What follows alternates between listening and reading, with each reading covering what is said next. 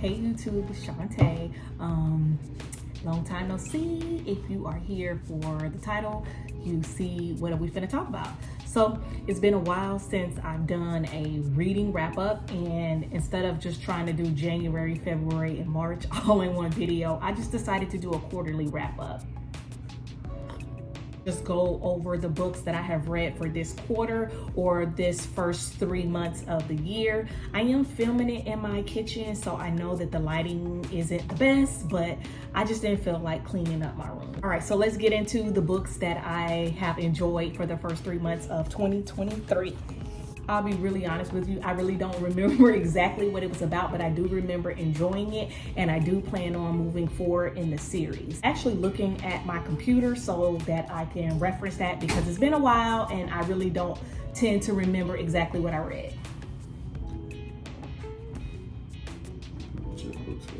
Thank you. Okay, so in this one, it is a dark fantasy type of book. I would consider it a fantasy romance, even though the romance part is very small. So it's about a main character, and what is her name?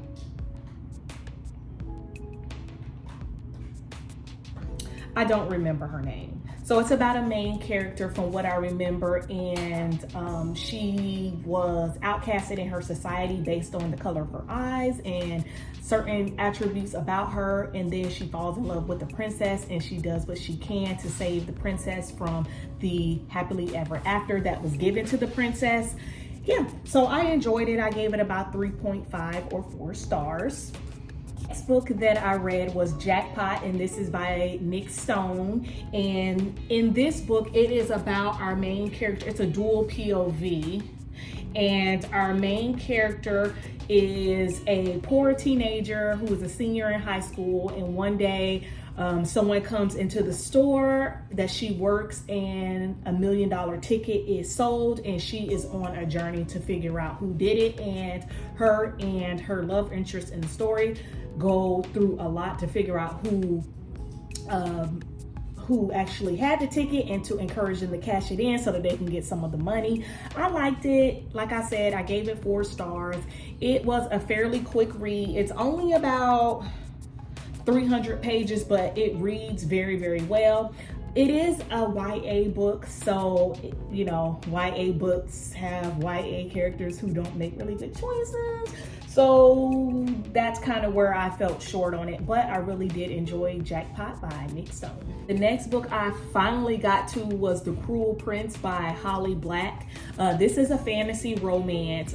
This was about a girl, her name was Jude, and her parents were murdered, and her sisters were stolen, and they got to live in this high fae court, and Jude wants to be included, and the people of the court, they hate the humans, but Jude decides that she one day wants to defy the king, and she goes on this journey.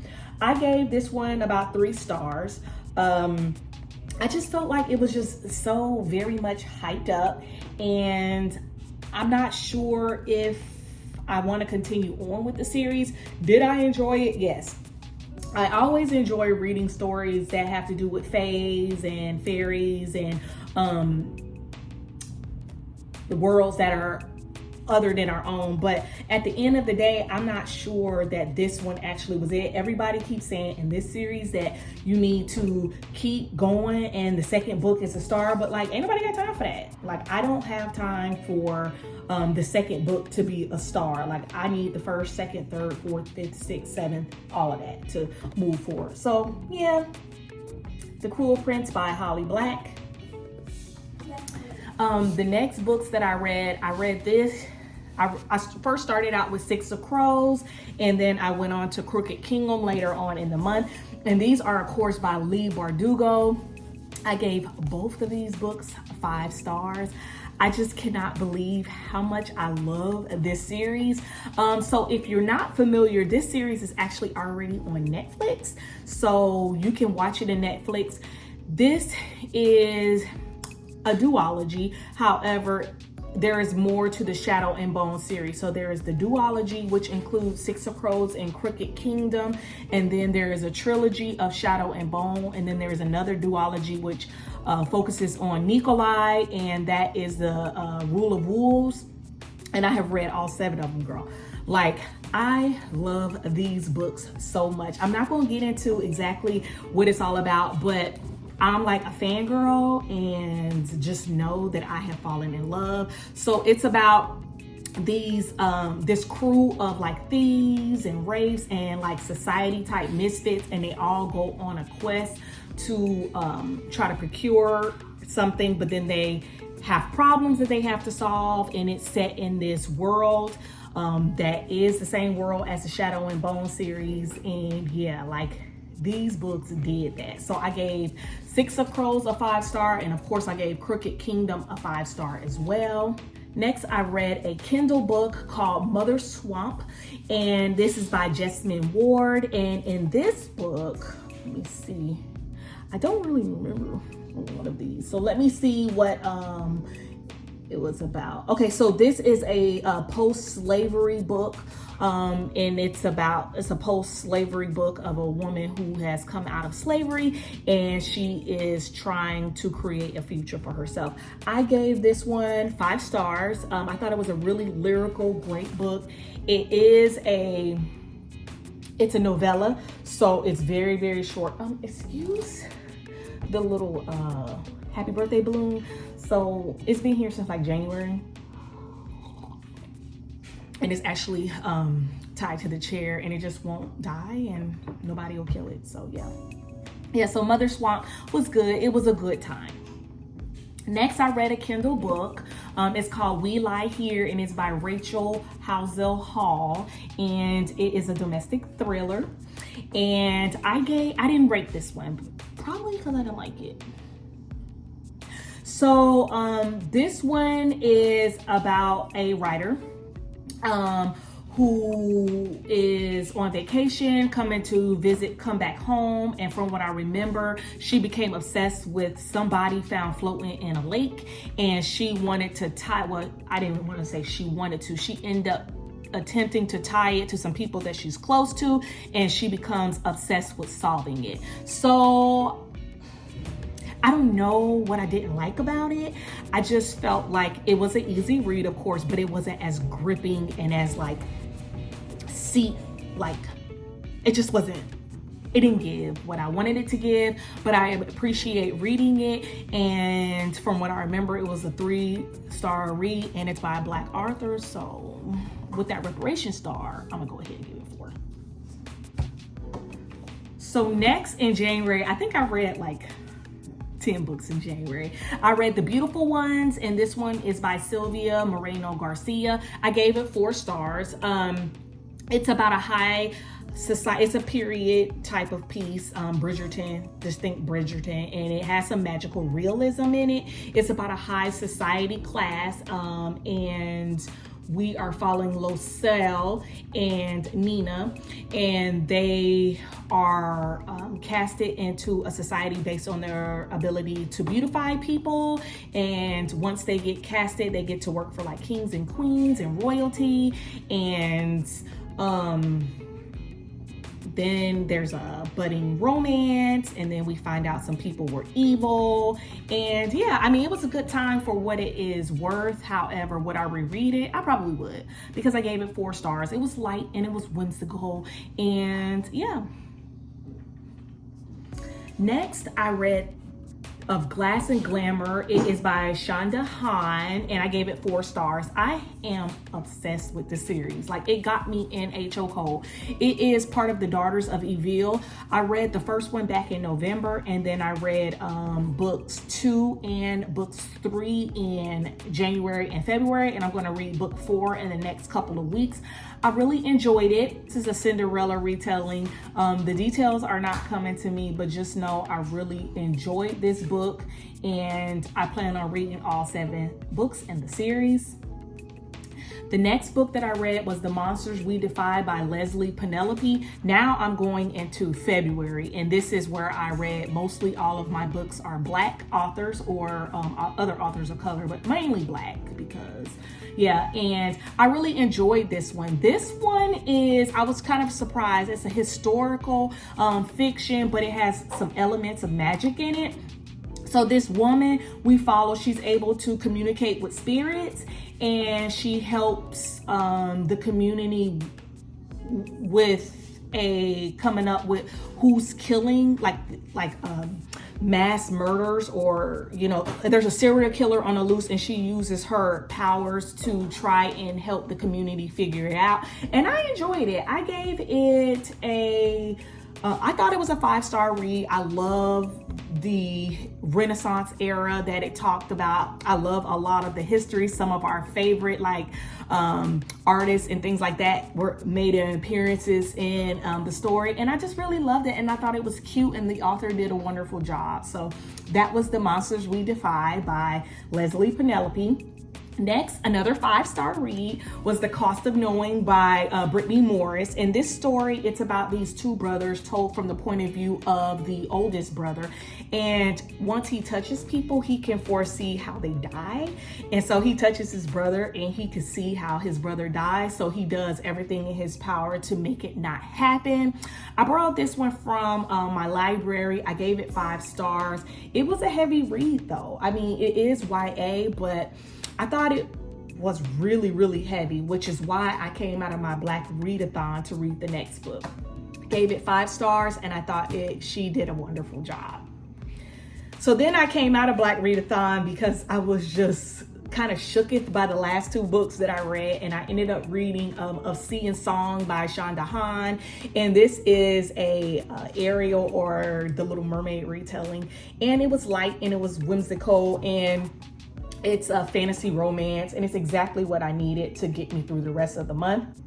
Next, I read, which is probably up to now my favorite book of the year, and that is The House of Eve by Sadekwa Johnson. It's a dual POV story. I did make a reading vlog on my channel, so go back a few videos and you'll see my reading vlog of this and The Bells. Next was my second top book of the year, which was Blacktop Wasteland by S.A. Cosby. This is also part of that vlog, that reading vlog that I made. In this book, we follow Bogart. We follow Bogart into a series of choices that he makes to come up financially. And he is an ex-gangster, and he used to do some things, but then that life called him back. And then we get to see how he manages that. So I just really loved it. It had a lot of twists and turns. There was some comedy in there, some characters that I really enjoyed, and I just really enjoyed Beauregard, and he was just so real to me. And literally, if I could have $1 million, or if I could have an opportunity to eat with somebody, I'm not gonna eat with Jay-Z, I'm gonna eat with Beauregard to see why he did what he did. Next book I read was a fiction, and this is by Rita Walker, and it's called The Unapologetic Guide to Black Mental Health, Navigating an Unequal System, Learning Tools for Emotional Wellness, and Get the Help You Deserve. So it's a self-help book.